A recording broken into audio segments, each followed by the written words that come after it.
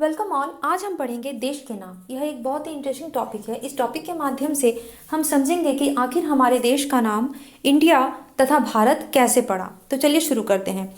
अपने देश के लिए हम प्रायः इंडिया तथा भारत जैसे नामों का प्रयोग करते हैं। इंडिया शब्द इंडस से निकला है, जिसे संस्कृत में सिंधु कहा जाता है। सिंधु भारत के उत्तर पश्चिम दिशा में बहने वाली एक विशाल नदी जो उत्तर से पश्चिम की ओर बहती है, जिसका नाम सिंधु है। और इसी सिंधु नदी के पूर्वी भाग में जो भूभाग है, जो प्रदेश है, वह हमारा देश है। आगे बढ़ते हैं।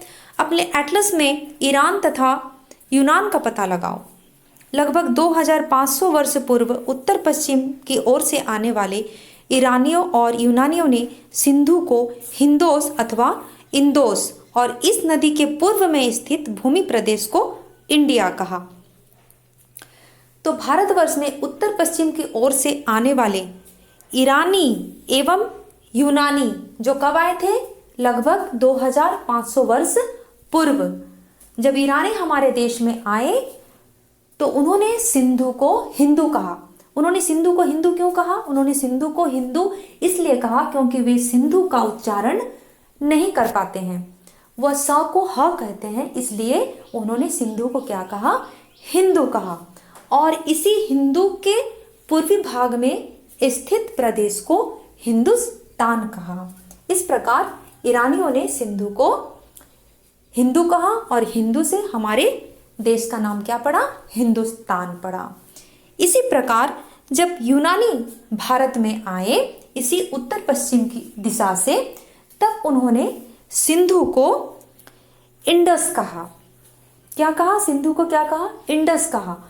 और इसी इंडस से हमारे देश का नाम आगे चलकर इंडिया पड़ा।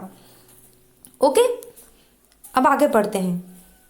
भरत नाम का प्रयोग उत्तर पश्चिम में रहने वाले लोगों के एक समूह के लिए किया जाता था।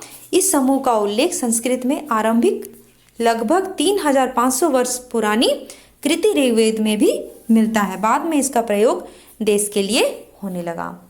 तो भारत का जो उत्तर पश्चिम इलाका है, जो भारत का उस उत्तर पश्चिम क्षेत्र है, उस क्षेत्र को ही पहले भारत कहा जाता था और बाद में चलकर यह पूरे क्षेत्र को, भारत का जो भूखंड है, जो भूभाग है पूरा, उसके लिए प्रयोग में लाया जाने लगा।